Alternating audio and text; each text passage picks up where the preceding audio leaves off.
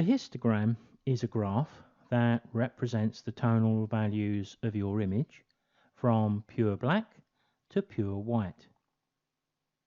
Here I'm showing you an image with its histogram, and yes, I know what you're thinking. The first time that I saw a histogram, I thought, I don't want any of this technical stuff. I just want to take pictures, not become a mathematician.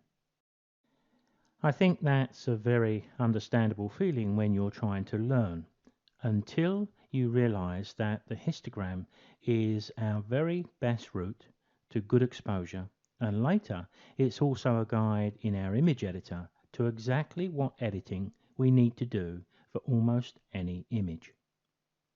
The histogram is that white mountainous shape, but there isn't just one shape that we should always strive for. The histogram is a guide, and it has to reflect what the image contains. So a histogram represents the pixels exposed in our image. The left side of the graph represents the shadows or the blacks in the picture. The right side represents the highlights or the whites, and the middle represents the mid-tone. How high the peaks reach represents the number of pixels in that particular tone. We can tell if an exposure is pretty good though.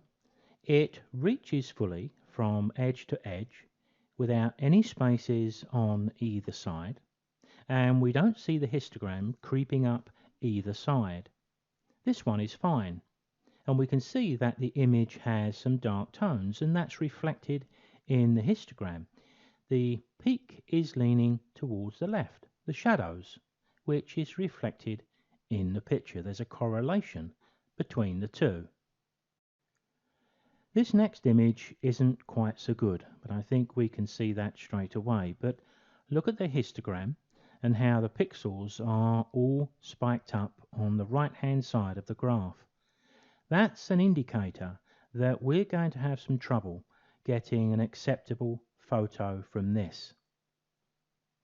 The fact that the histogram is solidly up the right hand side of the graph box tells us that there are details in the picture which have been completely lost, and of course we've got evidence of that by just looking at the picture. But when this picture is on the back of the camera as a small LCD, not always easy to see quite as clear as we can see here. You can set up and view a histogram on the back of the camera with the image you've just shot, showing you the histogram from that image. Many cameras that I know of allow this, and SLRs generally do. Check out your instruction book, but it will be something that's quick and easy to get to, like the info button here. Now this is how the histogram may be shown to you on the back of your camera. There's lots of information here and it's all interesting, but it's the thumbnail and the histogram graph we're interested in. We can see here an exposure that looks pretty good for a raw shot, and the histogram backs that up.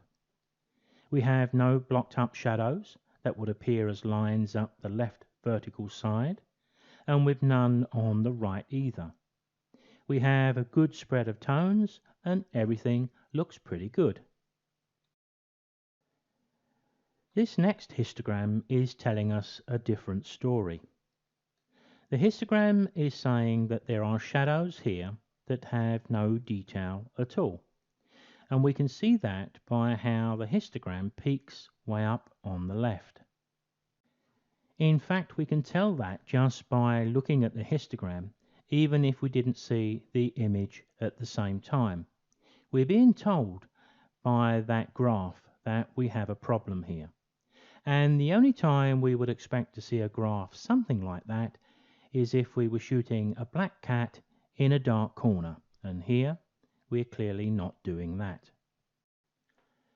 What we need to do is to view our images with the histogram, and over a period of time develop a correlation between the two, because we can.